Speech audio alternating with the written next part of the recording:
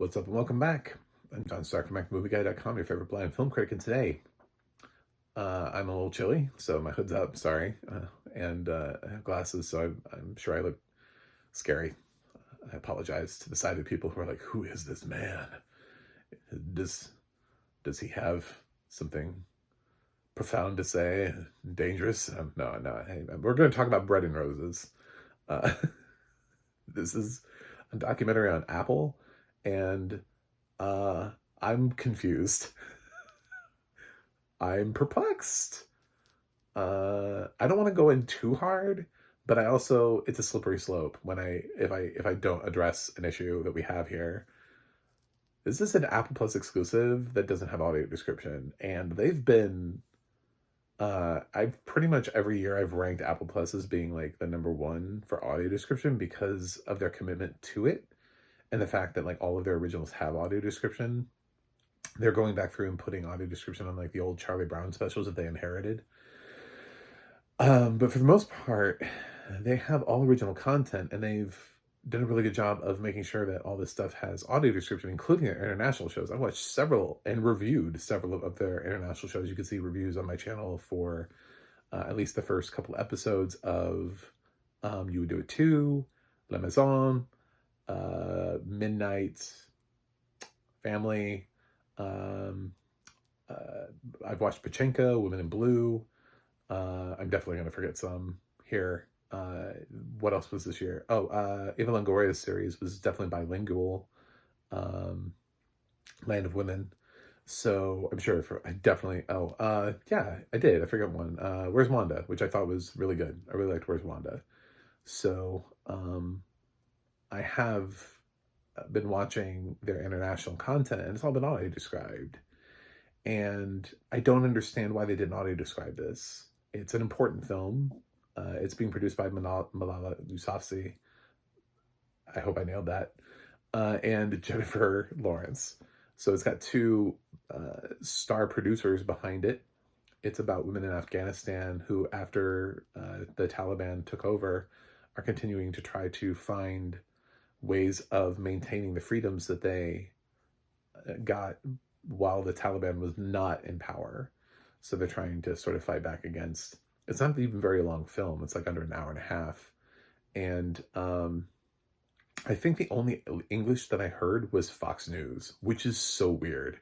Like, I'm always, like, I watch these films. I do watch, yes, I do this to myself. My friend Alex is always like, why? And I'm like, because we have to talk about it. Because if we don't talk about it, people will continue to deny us accessibility because they think we don't care, or we're not watching these films, or we're not interested in them, or something like that. I am absolutely interested in this. I would have watched this. I think it's an important film. I think it's important to talk about what's happening to the women in Afghanistan and to continue to push that message forward. I can't push that message forward because I don't know what this movie is and I have no context of anything that's in it. So all I heard was Fox News. There was one time where I thought she said my mother, but she didn't finish it with anything that was English after that. But I think she said my mother and then just went back to speaking. Is it Arabic?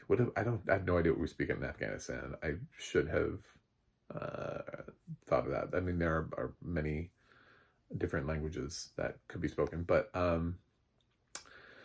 so it's, yeah, I don't have groundwork to lay here to tell you, which sucks because this sort of like follows the same thing I have. If you see my other review of like No Other Land, which is like a documentary that I feel like absolutely should be in contention. It's not in the English language, but they do have English in it. They use American news reports to put in there, so they're obviously aiming for an American audience because they want Americans to see this so that they can feel, understand what's happening in Gaza. And here they want Americans to understand what happened when we left. So I don't understand the disconnect here. Because I sometimes get the people who push back and say, well, these films are not for you, they're for blank. And they just happen. Well, no, this film is for us. Like, who else is this film for? This film isn't for Afghanistan. They're not making this film for people in Afghanistan. This is not for their own country. They're making this for people outside of the country. They're making this like as a SOS, like as a please help. Please help us maintain our rights. Um and I think so when you put that out there and then you make a choice to not put audio description on it, because it's a choice, Apple has done it for everything else. So like, why not this? Why? It's just accessibility. I think there's this weird stigma that because with international feature, it often comes with like dubbing of some kind. It doesn't have to. I've seen plenty of films that have English audio description, and the translation is being done by an audio description narrator. It's not always the best, but like Shogun had audio description that was done by one guy, which wasn't great because it meant that there was a guy who was reading all of the action and translating all of the text for both genders. So I at least prefer there to be sort of what I call like the bare minimum, which is one person to do the actions, one person to do sort of male sounding voices, and one person to do sort of female sounding voices, so that way we can at least get, sometimes we get a little bit different. A24 splurged a little bit for Zone of Interest, and they had, I want to say, like 5 or 6 narrators working on it, but this is not your typical voice acting team. While some people who do audio description narration also do voice acting, this is all being done through an audio description company that's focused on localization. So they're making sure that the audience understands the message and that a film is accessible to all instead of being accessible to some. So while I understand that the plight of the Afghani women is stronger than possibly my lack of accessibility for this film, part of it is you want your message to reach as many people as humanly possible. And while it's not this film's fault, it is Apple's. And I don't want Apple to get complacent in the idea that they can continue this path where they can start picking and choosing which titles. I do not want them to become Netflix. I do not want that for them. They have a very consistent rate.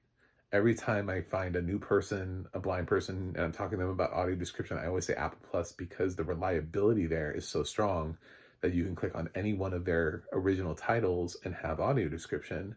And I really don't want them to fuck that up. Now I can't say that. And it pisses me off because I can't say now that they have a 100% ratio of original content that is audio described, because they really whiffed it on this documentary that they're also submitting for consideration. And it's like, I don't know what to do with you here, Apple, because at one point, yes, I would say you are the best still. I mean, to try to put you up against any other streaming service at this point, to say that you have one title that I'm aware of, granted, I haven't seen literally everything on Apple Plus, but I've seen even some of the other titles that I didn't finish, like Drops of God was in another language. I mean, there are other international titles that I've seen. Not sure I've seen every single documentary that's on your thing, so maybe there's another documentary. But at this point, I was operating under the guise that basically everything was audio described, because I've never clicked on anything that hasn't been. That's an Apple Plus original. This is the first time I've clicked on something on Apple that didn't have it. So it's always been really easy for me to recommend. Now I'm pausing because it's like, if you're going to start picking and choosing, if you're going to start playing the Netflix game as to which international titles, that's gatekeeping. It's somebody else is deciding for me what I should and should not have access to. And what I loved about Apple was that they weren't doing that.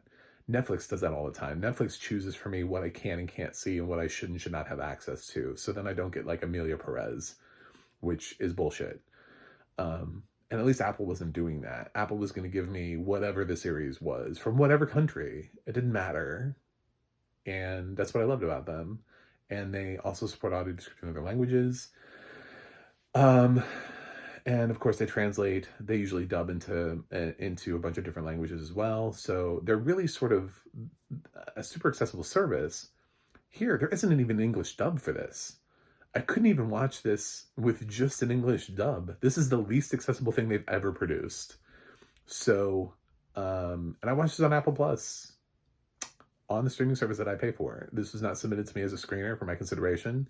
I did notice, though, that through my Film Independent membership, that this was, I got like one of those little like, we get those like emails all the time. If you remember, you know. I got one for Bread and Roses, and then their other documentary, which I still need to see. The Women of the Sea or something like that. I don't know, but I know that's something in the title. The Sea Shanty Women. I don't know. Maybe that one has audio description, but I was really disappointed here and let down. I can't give this movie a grade because the only thing I understood was Fox News, which is troubling. But yeah. So my final grade is unwatchable. But Apple, get your house in order. Please don't do this again. And put some audio description on it. If you like it, put some audio description on it. I think that's the Beyonce song. Single audio description, I think that's what it's called. I don't know. She did a dance and it was all about audio description. In my mind, it was anyway. But anyway, thanks for watching. Thanks for subscribing. And I'll see you guys on the other side.